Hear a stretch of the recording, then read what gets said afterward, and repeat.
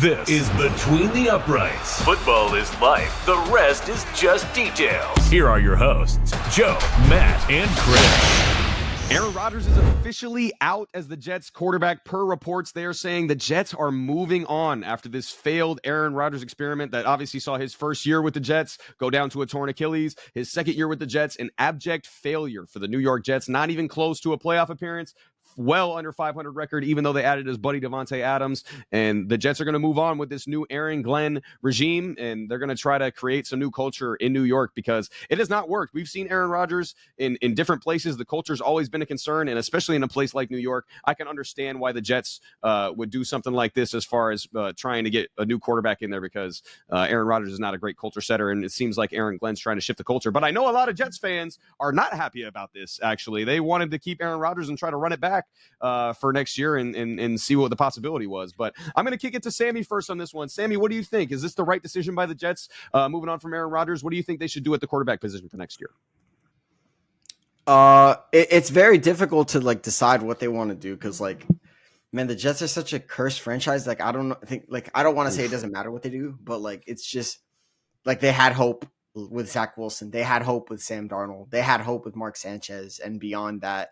And it just didn't end up working out. So I think right now it's best probably right now to just let Aaron Rodgers walk anyway.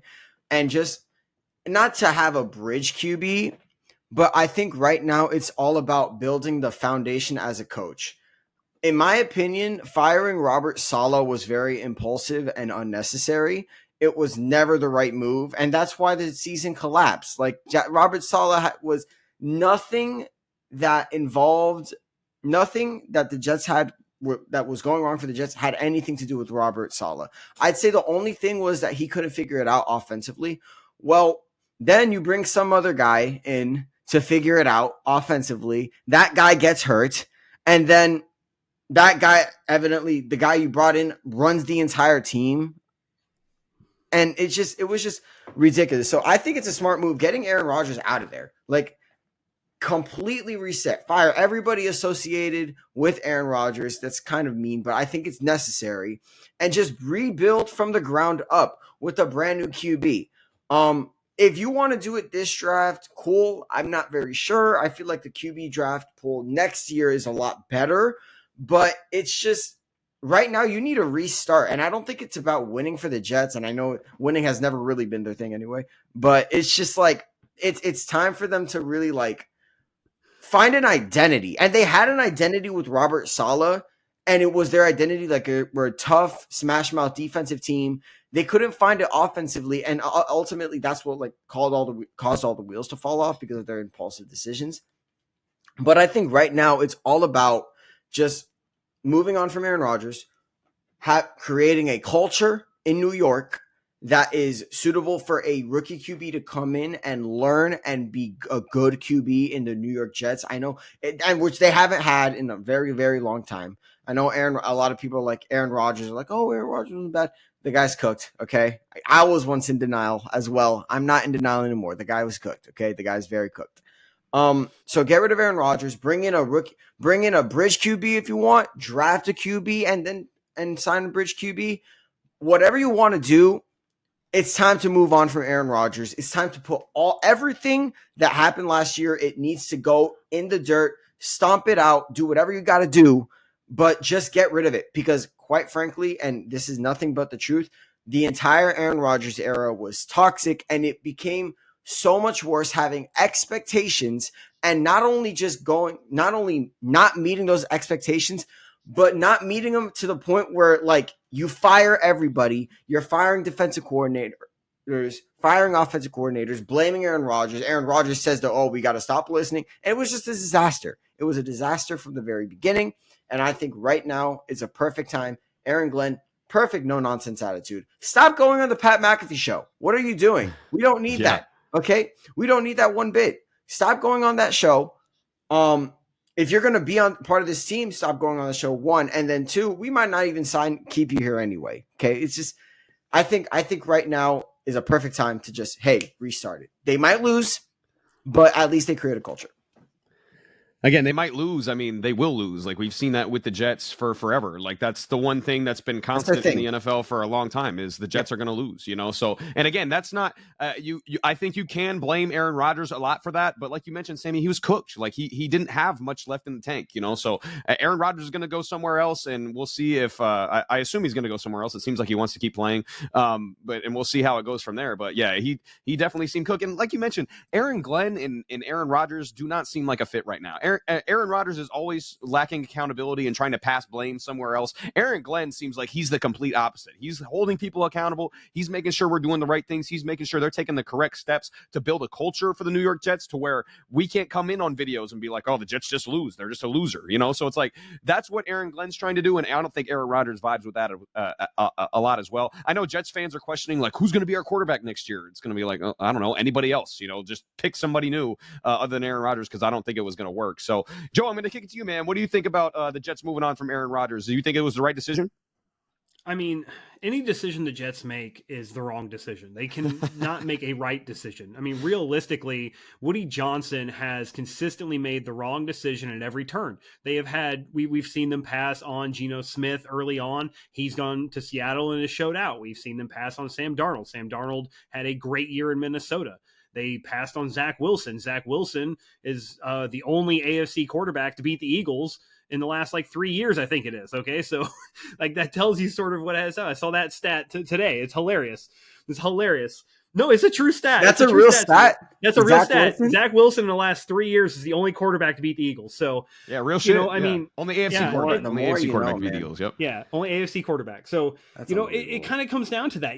Woody Johnson is the root of the cause of the. If you were to do a root cause failure analysis on the Jets, it's all going to come back to Woody Johnson. Woody Johnson is a toxic owner, and he breeds toxicity inside of his organization. All right, we saw Dan Campbell go into Detroit and turn things around. Why? Because it wasn't the owner's issue. They just couldn't get a competent coach. He built a culture. It worked. That wouldn't have worked for Dan Campbell in New York. We all know it wouldn't have worked.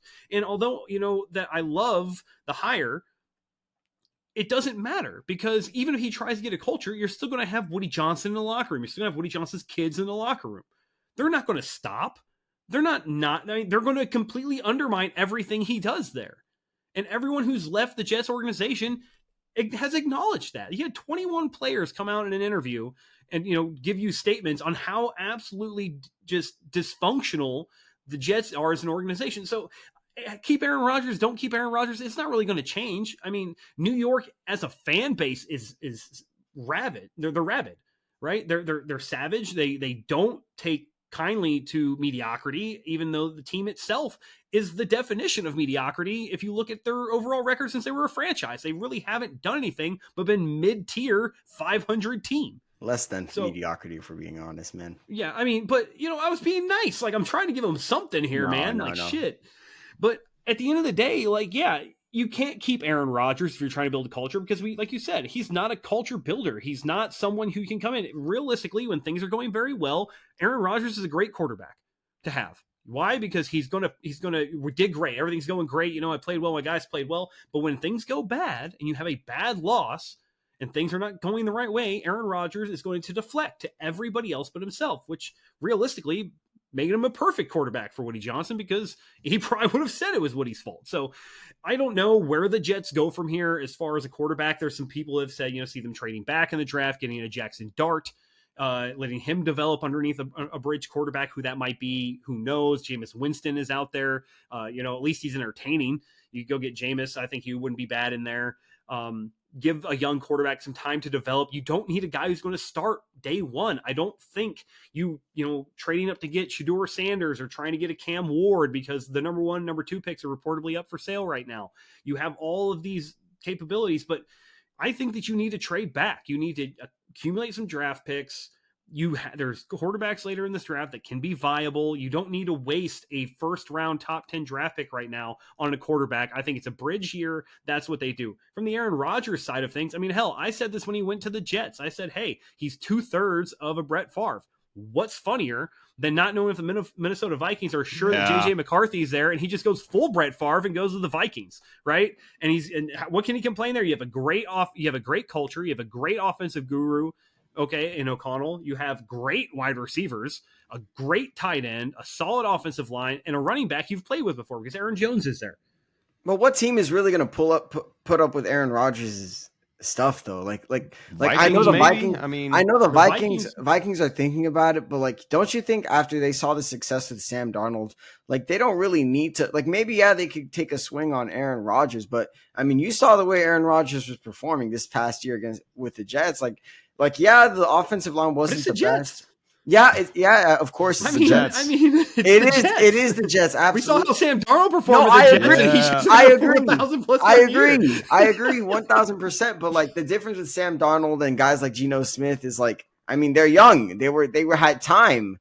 Aaron Rodgers, I mean, he's 40. Like it's not something we could just bet on for Aaron Rodgers to go in. And yeah, he has the weapons, but I mean, the offensive line isn't perfect. The defense is good, but I feel like the Vikings also have like a timeline. They want JJ McCarthy to be their guy. Like so is Aaron Rodgers going to be okay with that? And then ultimately, is Aaron Rodgers even a good fit for the Vikings? So he could be, but like you said, he's 40 years old. How old was Brett Favre when he signed with the Vikings? 40 years old. I'm just saying, like, you don't know how healthy JJ McCarthy is going to be. There's no reason to put him in after a season-ending injury right out the gate. I don't think Aaron Rodgers is signing for anything incredible. I think they're going to cut him. I think they're going to eat the salary cap, and he's going to take a decent deal for a bridge-style quarterback in that range to finish out a 1 year with a second voidable year, and it's going to be fully guaranteed. That's what you're going to see for Aaron Rodgers. I don't see why not. I mean, if you think that he still has something in the tank, that realistically it's the Jets and the dysfunction that they had at offensive coordinator, because let's be fair, they haven't had one that worth a shit in the last, can't even remember, probably since 2013, Rex Ryan years was the last time their offense was viable, and they still only averaged like 23 points a game. So like, I don't know. I think the Minnesota Vikings make sense purely because I would just love to see like, hey, it's the Brett Favre pipeline again. Yay. It'd be hilarious to me because I would be right and I would be hilarious. But no, I don't know where either Aaron Rodgers or the Jets go right now. Okay. There's no clear path forward for either of them. And honestly, this draft isn't the draft that you go solve the quarterback problem. And I think honestly, Aaron Rodgers is going to have to take a long look at the mirror and see if he wants to play for $14 million guaranteed next year. I agree. Yeah, there's gonna be a big decision for Aaron Rodgers this offseason. If I were Aaron Rodgers, I would just retire. Like I don't know if I want to go through this all over again. Like depending on where I would go. And as far as the Jets go, listen, if I'm the Jets, I want to sign anybody but Sam Darnold. And maybe I'm saying anybody but Sam Darnold just because I have no desire of seeing Sam Darnold back with the Jets. Like why? He won't go. Like you could, if I was Sam Darnold, the Jets could pay me $50 more million than any other team, and I would still be like, no, I'm not going back there. Like he'd definitely take $50 million. He would probably take it, but I would still be like, dude, I don't want you to go back there, dog. I don't want to see what I saw already before. Only if it's guaranteed, and then he throw a pick every single time he drop back. Guaranteed. Right. Yeah, so I think if you're the Jets, I mean, if I were the Jets, I think I'm gonna re-sign Tyrod Taylor, and I'm gonna do something like you said, Joe, where it's a Jackson Dart, trade down, draft Jackson Dart, maybe even somebody in the second round. Maybe if they fall in love with Jalen Milroe, we're not big Jalen Milroe fans here, but a project quarterback where you can sit behind a veteran, and you kind of work your way from there. But I wanted to kick it to you guys too. If you guys had to guess, I know I'm putting you guys on the spot here, but who's the starting quarterback for the Jets week 1 of 2025? Who do you guys think? Oh man, what a question. I haven't thought about this yet. I think I got two names. I think that it's a decent opportunity or decent chance that it's Jameis Winston or it's possibly it'd be hilarious, bro. Be amazing. Oh my God. I think that's the best case scenario because his attitude and his demeanor I don't think he's taintable in that way. Like he's not going to be something they can corrupt that for him. I think he could do that. The other one's Jacoby Brissett. I think Jacoby Brissett could be a starter there, especially with the type of leader he is, the mentor that he is. Goes to the Jets enters into that culture that they're trying to build there. He's a culture builder. I believe that is to be true. But those are my two guys. You either get a Jameis Winston, who's just everyone can have fun with him. They're going to rally behind him because he's a nice guy. He's got a good attitude. He's energetic. He's there for his teammates. Or you get a guy like Jacoby Brissett, the quiet leader, who's a good mentor, a pillar, a guy who can really just tough, tenacious, and really goes out there and plays hard for his guys. So those are the two people I think, based on the culture that they look like they're wanting to build there, those are the two guys I would pick to start. Man, Sam, I'm going to go. I'm going to go with a wild card here. Look, the Jets. I think Aaron Glenn would be a big fan of Justin Fields being the QB in New York. I think Aaron Glenn could be. I think he'd be a big fan of that. And I feel like I know the Jets are where young QBs go to die. But I mean, who knows? Maybe Aaron Glenn is the difference, and maybe Justin Fields figures it out. I feel like Justin Fields is like what? He's gonna be 26 in about a month, I think. Like, there's really no reason why teams shouldn't be like, yeah, sure. He's probably not gonna hasn't had the best start, but like, why not give him another shot? 26 years old. We've seen some late bloomers. Geno Smith became the franchise QB for the Seahawks out of nowhere. So maybe Justin Fields he's been a product of like bad organizations. Like a bad organization like the Chicago Bears, right? He was a backup to Russell Wilson in Pittsburgh, and he wasn't playing bad against Pittsburgh. In Pittsburgh, he wasn't playing bad either. Like, they just kind of benched him because, I mean, Russell Wilson's an upgrade, not a very big upgrade, but an upgrade nonetheless. I think Justin Fields is one of those guys where the Jets are going to be looking at him and be like, you know what, we'll give you another shot. And then maybe they draft a QB. But ultimately, I think the next draft is where the Jets are going to like solidify. Or maybe Justin Fields is the guy. Who knows? This has been Between the Uprights. Football is life. The rest is just details.